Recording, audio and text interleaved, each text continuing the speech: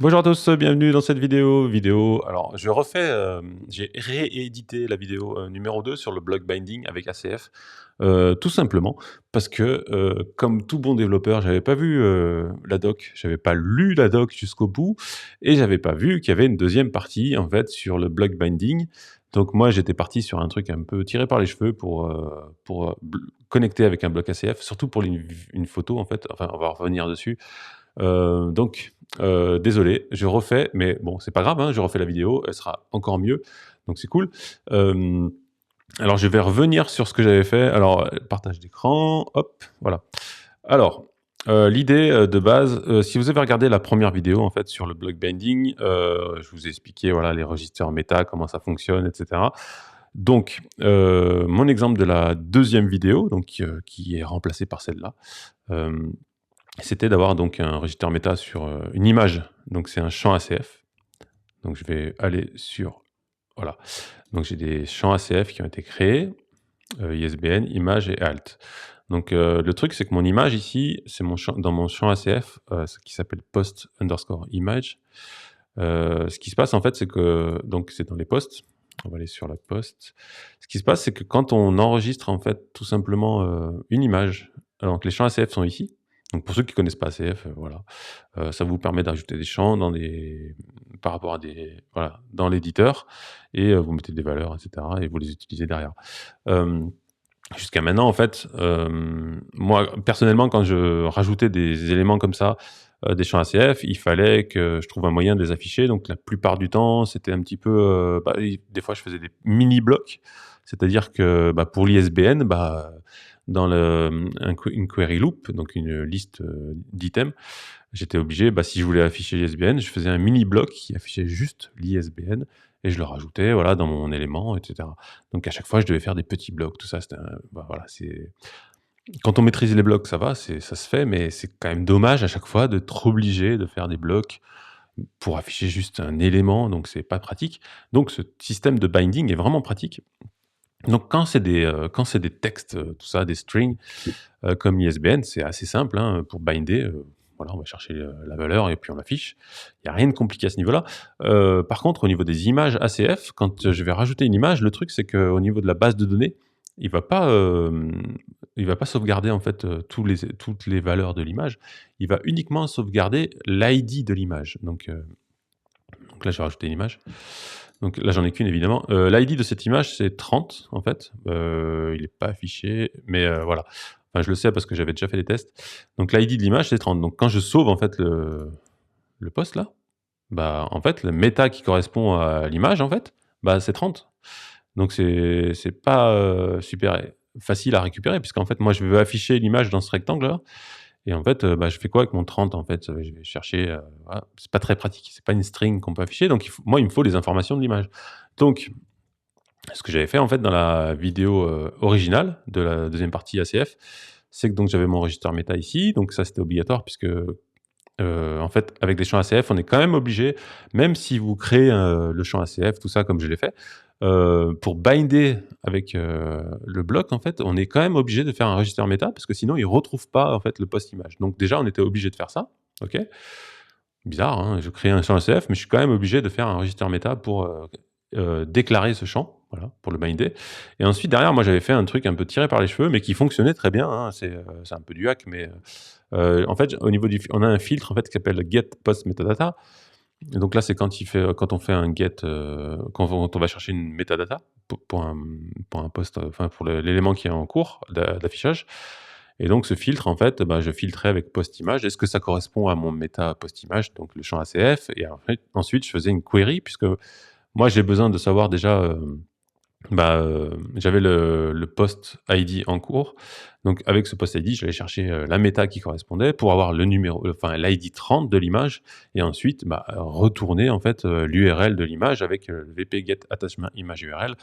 Donc ça faisait voilà, tout un petit peu de hack, j'avais mis un petit peu de cache, tout ça, mais bon, ça fonctionne très bien, nickel. Par contre, c'était un peu bizarre, de devoir faire ça, tout ça. Je me disais: «C'est quand même bizarre qu'ils aient pas pensé à un truc un peu plus propre et cetera». Oui, effectivement, ils avaient pensé à un truc un peu plus propre, c'est clair. Alors, déjà, ce qu'on va aller voir, c'est l'article. Ici, donc, on a voilà, introduction to block binding partie 2. Donc, ce qui se passe, c'est qu'ils ont rajouté en fait tout simplement une déclaration en fait de source pour binder en fait. Donc en fait, la nouvelle fonction de l'API, c'est celle-là, register block bindings source. Tout simplement. Donc on enregistre une source à binder dans un bloc. Donc là, le premier argument en fait de cette fonction, en fait, c'est une string et c'est tout simplement un slug, un unique. Enfin, c'est une string unique identifiant pour cette source en fait qu'on va pouvoir après rajouter dans le bloc. Et ensuite, on a un tableau d'arguments donc pour différents trucs. Donc en fait, le tableau d'arguments, on a un label.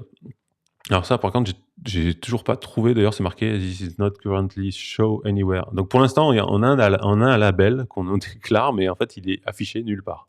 Bon, peut-être par la suite, il sera affiché, donc on va le remplir. On ne sait jamais. Comme ça permettra de retrouver les différentes sources. Peut-être qu'à un moment donné, on aura toutes les sources affichées à un endroit, etc.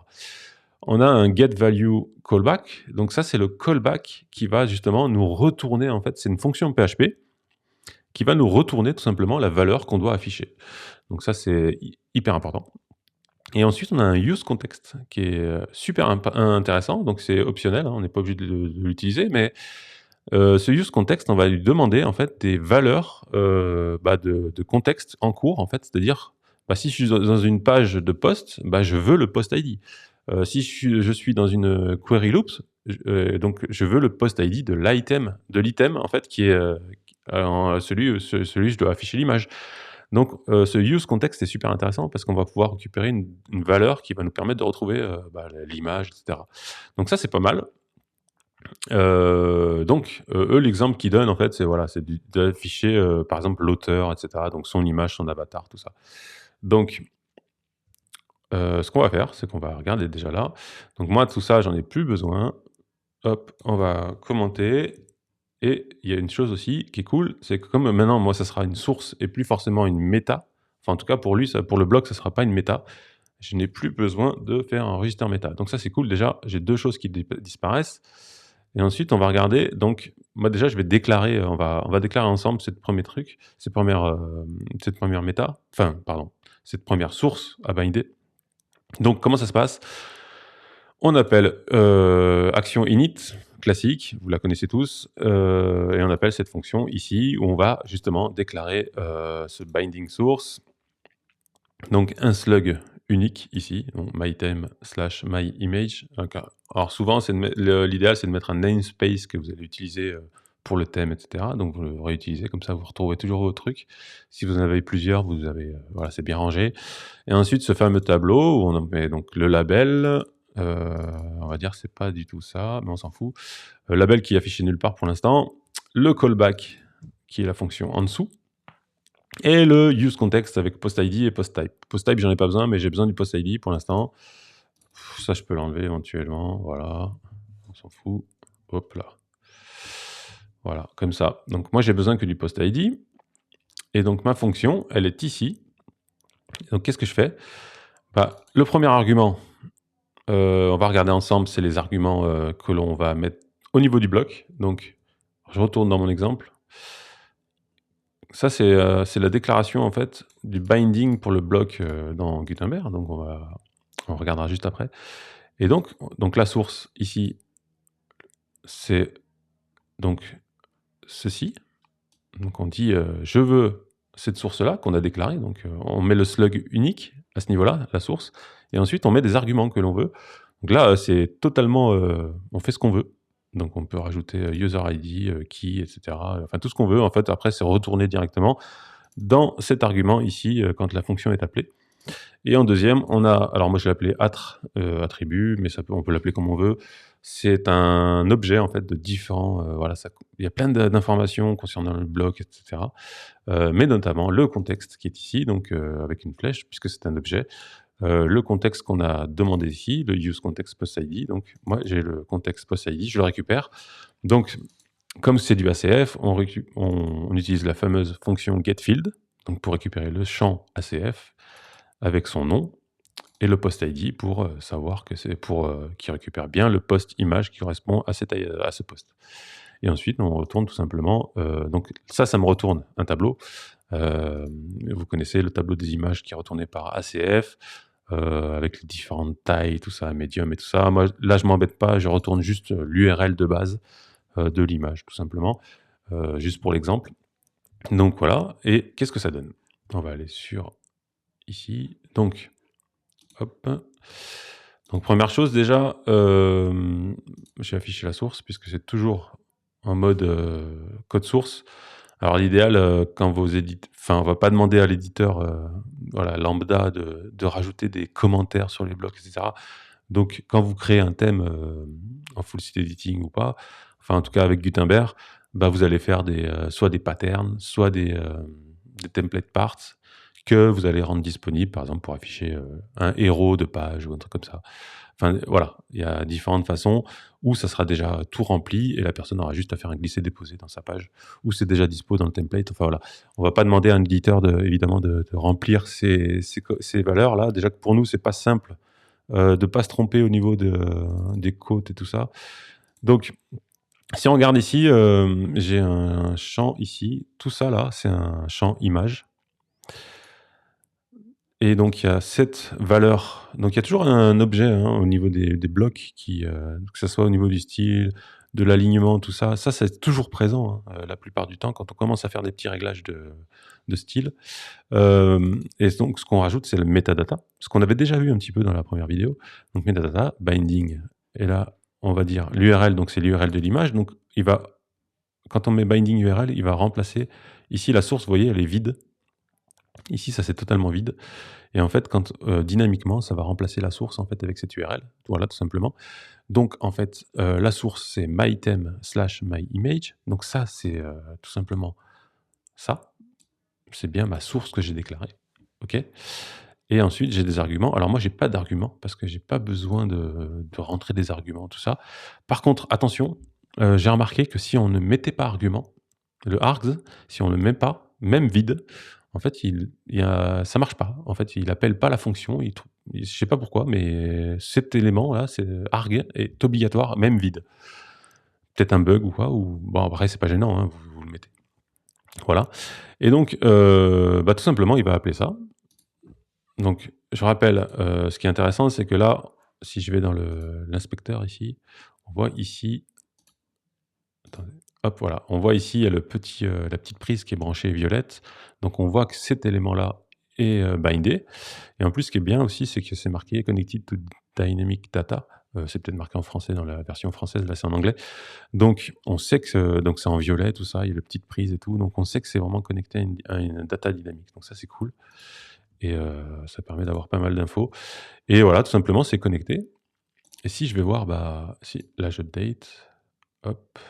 Et si je vois mon post, en fait, bah, tout simplement, ça fonctionne. J'ai bien mon petit tigrou là qui est affiché, mon petit chat. C'est pas vraiment un chat, mais c'est un chat qui est un petit peu agressif. Une image dynamique, voilà, tout simplement, qui vient, donc là, j'ai mon URL, tout ça. Et une image dynamique qui vient, voilà, de ce champ-là qui est bindé, voilà, qui est une source déclarée donc c'est plutôt pas mal parce qu'on voit que là, j'ai que dalle en fait. J'ai quoi? J'ai 10 lignes et ça me permet d'avoir un champ, dynamique avec un champ ACF. Donc c'est cool parce que, là, j'ai pas eu besoin de créer un bloc, tout ça, pour afficher, un élément, particulier. Donc ça, c'est pas mal. Et ce qui est bien aussi, c'est que je me dis que, ça peut être intéressant aussi pour, tout ce qui est API externe, en fait. Parce que alors je vais revenir un petit peu par là. C'est super intéressant pour tout ce qui est API externe, parce qu'on peut très bien imaginer, alors moi je reprends toujours l'exemple d'une librairie, voilà, qui a un catalogue de livres, et qui veut afficher par exemple des boutons vers, Amazon et tout ça, enfin tous les vendeurs de livres et tout ça. Et on peut très bien imaginer que les URL sont dynamiques, donc au moment de l'afficher, il va chercher la bonne URL avec voilà, les informations qui correspondent et tout ça. Donc c'est hyper intéressant. Voilà, on peut faire plein de choses enfin moi ça me donne plein d'idées, pour faire des systèmes dynamiques et tout ça, donc vraiment, très honnêtement, c'est un élément qui est hyper intéressant je trouve, puissant, très puissant, et c'est que le début j'ai l'impression parce que, a priori il y aura d'autres choses encore rajoutées dans la 6.6 et etc., donc c'est, vraiment intéressant. je trouve, comme fonction. Et donc là, l'exemple, alors je mettrai évidemment l'article en photo. Donc il y a un avion qui passe, je ne sais pas si vous l'entendez. Je mettrai l'article en commentaire dans la vidéo. Donc là, on voit toujours pareil, comme j'ai expliqué dans la première vidéo, on peut binder tout ce qui est titre, heading. Donc là, ils ont mis, donc pour leur exemple, voilà, d'auteur avec la photo, tout ça. Donc ils ont le heading qui est bindé, donc avec user data. Ils ont mis l'image évidemment pour avoir l'avatar de l'auteur et le paragraphe, un paragraphe qui est la description en fait de l'auteur. Et donc ça fonctionne. À la fin, ça donne un truc comme ça. Voilà, qui est totalement dynamique, qui ça va s'afficher, voilà. On peut mettre des champs, on peut mettre plein de trucs, c'est pas mal. Eux, ils se sont même amusés en fait dans l'article à faire just for fun. Ils ont appelé la fonction le Hello Dolly Get Lyric là, ça donne des paroles de chansons un petit peu aléatoires. Ils se sont amusés et on voit que là, dans le paragraphe, bah, tout simplement ça affiche des paroles. Voilà, donc voilà, là on voit I feed the rooms. Donc on peut avoir des choses dynamiques, etc., qui sont aléatoires et tout. Donc c'est vraiment excellent. Donc voilà. C'est tout pour cette vidéo. J'espère que ça vous a plu. Donc bon, ça remplace la première version, donc de la première version de vidéo. Donc hyper intéressant. Je vous laisse regarder l'article. C'est hyper simple à utiliser. Et puis bah, je vous remercie. Et puis on se retrouve à bientôt pour une nouvelle vidéo.